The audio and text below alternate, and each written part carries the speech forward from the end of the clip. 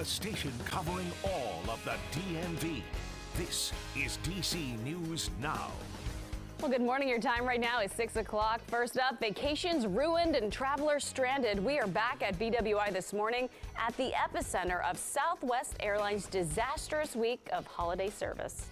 Well, sending military police, the safety efforts underway in Buffalo, New York to keep drivers off snow-covered and iced roads. And Title 42 extended yet again. The Supreme Court keeping the pandemic-era immigration policy in place for now at least. What this means for migrants seeking asylum in the U.S.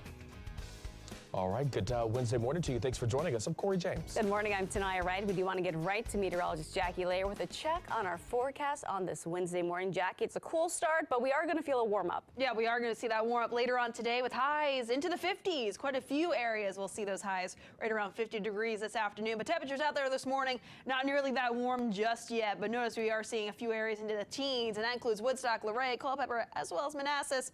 Even out towards Winchester, we're right around 20, 28 right now in Hagerstown, 29 currently in the district. And wind chill, we're seeing some of those into the single digits, and that includes Manassas, Culpeper, as well as Woodstock. So certainly one of those mornings where you do want to make sure that you are bundled up, that you do have the gloves, the hat, the scarf, because you'll certainly need it. Also, don't forget the sunglasses. Once we reach sunrise, we're going to be seeing those clear skies as high pressure is with us, and that's keeping us clear, quiet, as well as calm. And we'll see those calm conditions persisting through the day today. By about 11 a.m., show you back into the low 40s, into the mid to upper 40s by 3 p.m., but we'll likely see those high temperatures right around 50 later on your Wednesday afternoon. We'll be even a little bit warmer tomorrow and even warmer as we wrap up the final week of 2022. As we get towards a holiday weekend, we're looking at Saturday with some rain chances. We could see a few of those rain showers still persisting as a front slides through just in time to ring in the new year. I'll have more details on that and the timing coming up. We're doing everything we can to return to a normal operation. And please also hear that I'm truly sorry. Well, the man who holds Southwest's top job is responding to the airline scheduling meltdown that for a third day in a row now is leaving about 2/3 of flights nationwide canceled. DC News Now's Joseph Omo back at BWI this morning. So, Joseph, how does the airport look this morning compared to yesterday morning?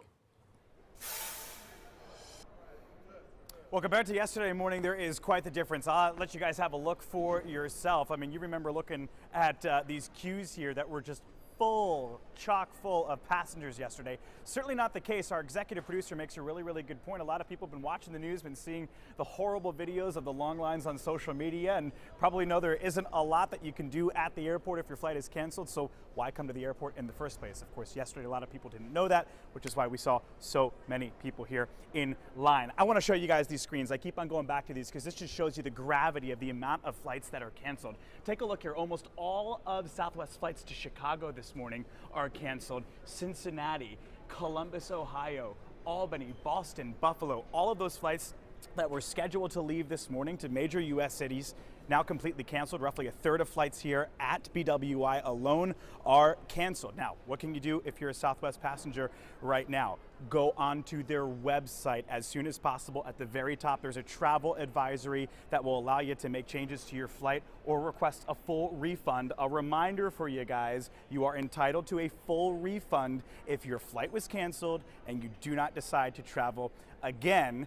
And then there's now a push as well from a lot of people, including the Secretary of Transportation, Pete Buttigieg, to make sure that it isn't just the refund that you get, you also get travel vouchers, you get food vouchers, meals, whatever it may be, the extra stuff that you're paying and going through while your flight is severely delayed or canceled. Secretary of Transportation yesterday on TV says in an interview, he's going to make sure he holds Southwest accountable. Take a listen. Another thing you should know is that when you're in this situation and the airline is responsible, which is clearly the case right now, then you can get those kinds of vouchers for hotels, restaurants. All right, back here live at BWI, guys, a reminder to you, if you're flying with Southwest Airlines as they continue to try and rework their schedule and bounce back from these major delays and cancellations that they've been seeing, right? Right now we're about 5%, 4%, 3% with other airlines in terms of their cancellations. Southwest nationwide is over 60%. So the number is just, the gap is just jaw-dropping, guys. Southwest Airlines says most of these flights won't be rebooked until this weekend, New Year's Eve or New Year's Day. So be prepared for that. But again, no need to come to the airport if your flight is canceled. Just go to southwestairlines.com and they will help you out from there, getting that full cash refund if you decide not to continue your travels. Reporting here at BWI, I'm Joseph Omo. Back to you guys. All right, Joseph, thank you. Your time right now is 6:04. Happening now, police are on the scene of a standoff along Hemlock Court in Herndon, Virginia. Now, police say they were able to get at least one person who was held hostage out safely. All right, now SWAT team members are still on the scene this morning. Overnight, officers closed nearby Herndon Parkway between Van Buren and Maple. They're asking anyone who has to travel in that area to avoid it. And the U.S. Supreme Court says an emergency border policy from March 2020 can remain in place for now. That is right. The rule known as Title 42 allows Border Patrol to deny some asylum-seeking migrants on the basis of public health. Our Raquel Martin has the latest. Well, this is a temporary victory for the 19 Republican-led states that sued to keep this health policy in place. The decision will allow Border Patrol to continue to deny asylum seekers at the southern border. Lifting Title 42 would prevent border agents from turning away migrants seeking asylum, the way they have since the start of the pandemic. It's going from crisis to catastrophe. On the Senate floor last week, Republicans urged the Biden administration to keep the policy in place to prevent a likely surge of asylum seekers at the southern border. Iowa Republican Senator Joni Ernst said the system simply can't handle the influx. Hardworking Border Patrol agents are overwhelmed. They are exhausted. The emergency rule was put into place by President Trump in March of 2020. Since then, Border Patrol agents have enforced the policy an estimated 2.5 million times. But the Biden administration argues there is no longer legal grounds to continue denying asylum. The administration insists there is a plan in place for managing any potential surge of migrants. The ruling does keep the door open for the Biden administration to end Title 42 if they so choose. The Supreme Court will hear oral argument on the case in February. For now in Washington, Raquel Martin, back to you. Your time right now is 6:06. President Biden left last night for a vacation in the U.S. Virgin Islands with his family. He answered one question from reporters before he left, which was about Title 42. The islands are a familiar destination for the president. He visited multiple times as vice president before spending the last few holidays in Delaware because of COVID. He is scheduled to return to Washington on January 2nd. And happening now in Buffalo, New York, military police are making sure people are staying off the roads. Yet more officers were brought in yesterday enforcing travel restrictions after a blizzard pounded the region with several feet of snow.